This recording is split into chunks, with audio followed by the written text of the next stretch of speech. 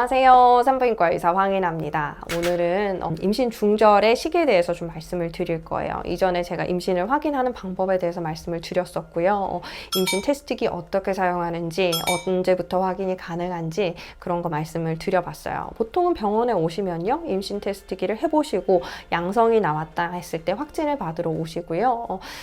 영상에서 말씀드린 것처럼 5주 정도가 됐을 때 초음파를 보시면 가장 이제 임신 확진이 가능하거든요. 그래서 이 시기 때 확진을 해드리고 어떻게 이어나갈까를 상의를 하게 돼요. 그런데 이제 임신이 돼서 너무 행복하고 좋아하시는 분들도 있겠지만 임신을 확인했을 때 이거 큰일 났다 하시는 분들도 분명히 계시거든요. 그럴 때는 우리가 이제 할 수 있는 옵션들에 대해서 설명을 드릴 수 있게 돼요. 우리가 임신을 일찍 확인하고 싶어 하는 이유는요. 한 가지는 이제 빨리 알고 싶죠. 설레잖아요. 내 아이가 생겼을지, 그리고 이거를 뭐 어떻게 얘기할지, 그리고 언제쯤 나올 수 있을지 이런 것 때문에 굉장히 설레하는 분들이 계시고요. 어떤 분들은 빨리 알아서 빨리 해결을 하고 싶어서 임신 확인을 좀 빨리 하고 싶어 하시죠.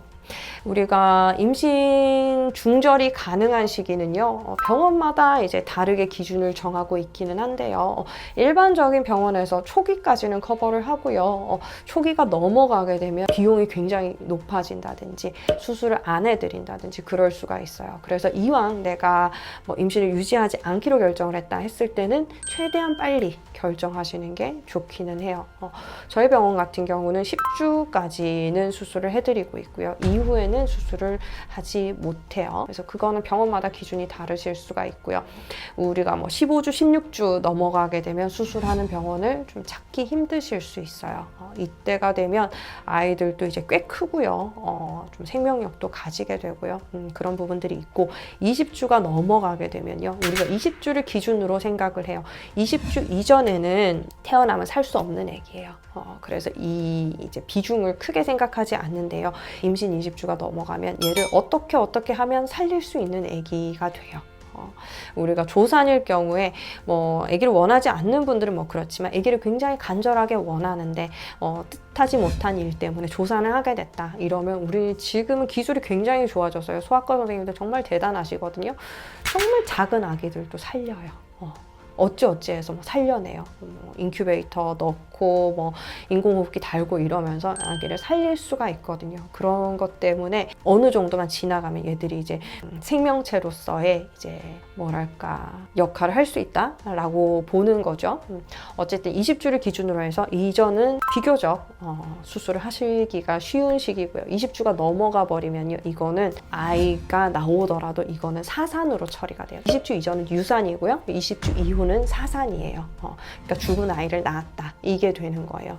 그리고 이제 과정을 진행하는 것도 상당히 복잡해질 수가 있어요. 우리가 이제 수술을 하는 거에 있어서 아기가 어느 정도 크기냐 이런 것도 중요하거든요. 그리고 자궁이 어느 정도 커져 있고 얼마나 진행이 되어 있는 상황이냐 따라서 위험도도 다르실 수가 있어요. 정말 좋기로는 아기 집만 보일 때, 아기가 아직 심장이 뛰거나 보이지 않을 때 수술을 하시면 가장 이제 위험도도 적고 수술 자체도 간단하고 비용도 별로 안 들고 그냥 생리 한번 했다 생각하고 지나가면 될 정도가 되는 반면에 정말 이제 20주가 넘어가서 내가 임신 중절을 하기로 결정을 했다 하시면 정말 약간 낫는 것 같은 그런 방식으로 진행이 돼요. 배도 좀 아플 수 있고요. 약간 진통처럼 그렇게 이제 시간을 좀 보내셔야 될 수 있어요. 왜냐면 아기가 이미 많이 컸으니까 그냥 단순하게 우리가 작은 기구로 해서 그냥 뽑아내는 거, 석션하는 거 이런 걸로 이제 임신 중절이 되지는 않는 거예요. 그래서 시기를 보는 게 굉장히 중요하시고요. 어떤 경우가 있었냐면 저희 병원은 10주까지만 수술을 해드리고 있다고 말씀을 드렸잖아요. 그 이후에는 수술이 안 되세요. 우리가 이제 수술에 관한 그런 장비들을 가지고 있지도 않고, 그리고 출혈이 된다든지 이랬을 때의 그런 뭔가 적극적으로 대처할 수 있는 이런 시스템이 돼 있지도 않아요. 그렇기 때문에 비교적 이제 위험도가 높은 경우에는 그것만을 좀 전문으로 하는 병원에 가시거나 아니면 이제 좀 특별히 찾아보셔야 되는 거죠. 어떤 분이 오셔서 11주 정도가 되셨어요. 근데 나는 여기서 하고 싶다, 여기서 해달라 라고 하시는데, 그렇다고 이제 모든 병원이 그렇게 해드릴 수 있는 건 아니거든요. 그죠? 그래서 그런 것들을 할 수 있는 병원을 찾아서 가셔야 되고, 그랬을 때는 비용이 많이 상승을 할 수가 있는 거죠. 병원마다 이런 수술의 비용들은 다 달라요. 병원이 어떻게 정하느냐에 따라서 다른 거기 때문에 천차만별이라고 보실 수가 있는데요. 우리가 굉장히 그 어린 주수에 수술을 결정을 했다 하셨을 때는 생각보다 많이 비싸지는 않아요. 100만 원보다는 언더에서 수술을 하실 수가 있고요. 그런데 내가 14주가 넘어갔다 이랬을 때는 200, 300까지 뛸 수 있어요. 그래서 이거는 뭐 정하기 나름이라고 했고, 주수가 진행이 될수록 해주는 병원은 적거든요. 그리고 그 선생님도 그만한 장비를 갖추고 그만한 리스크를 지는 거기 때문에 이런 수술을 하는데 뭐 특별한 기술도 좀 필요하실 수 있고 그렇겠죠.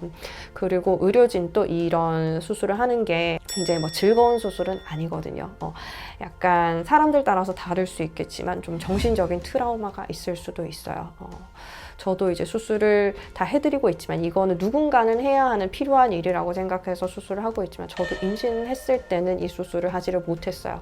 마음이 좀 그렇더라고요. 이렇게 필요하신 분들이 있는 건 알지만 굳이 내가 아니라도 되지 않을까, 내 아이가 뱃속에 있는데 이런 수술을 해드리기가 좀 마음이 아프더라고요. 그래서 그때는 그 수술을 하지 않았고요. 지금은 뭐 하고 있지만, 이게 뭐 양심적인 가책이나 이런 것들을 좀 넘어서 산부인과 의사들은 이제 죽은 아기들을 많이 봐요. 뭐 기형이라서 뭐 문제가 있어서 이렇게 이제 오는 아이들도 있고, 대학병원에 있다 보면 뭐 사산이 돼서 이렇게 진행을 해야 되는 경우도 있고, 그러다 보니까 저는 뭐 1년차, 2년차 이럴 때는 그런 아기들, 뭐 팔 쪽이 없거나 머리가 2개거나 이런 애기들도 있거든요. 그런 애들을 한 번씩 받으면 악몽을 좀 꿨어요.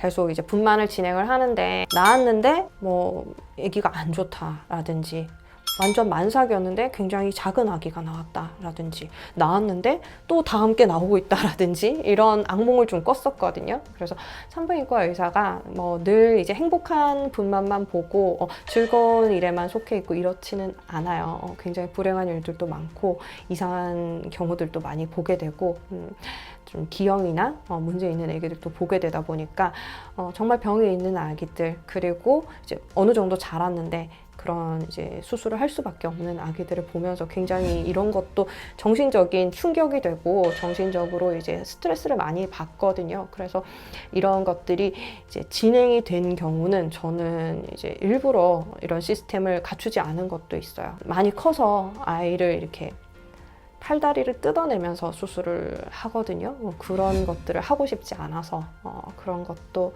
있죠. 그래서 어쨌든 병원에 따라서, 의료진의 성향에 따라서 할 수 있는 것들이 있고 할 수 없는 것들이 있고, 절대로 하고 싶지 않은 것들도 있고 그렇겠죠. 그러니까 병원에 따라서 할 수 있는 것들이 이제 레인지가 다르기 때문에, 어떤 주수가 되었다 하셨을 때는 어릴 때는 뭐 여러 군데에서 다 이제 옵션이 다양하실 수 있어요. 전화해보고 확인해서 가시면 되고요. 좀 진행이 되어 있을 때는 그런 것들을 하는 기관들이 꼭 중심지에는 꼭 있어요. 그래서 그런 데 쪽으로 알아보시고 수술을 받으실 수 있으면 좋겠어요. 오늘 임신 중절 수술이 가능한 주수, 그리고 거기에 대한 비용까지 좀 자세하게 알려드렸어요. 도움이 되셨으면 좋겠네요. 다음 시간에 또 뵐게요. 바이바이.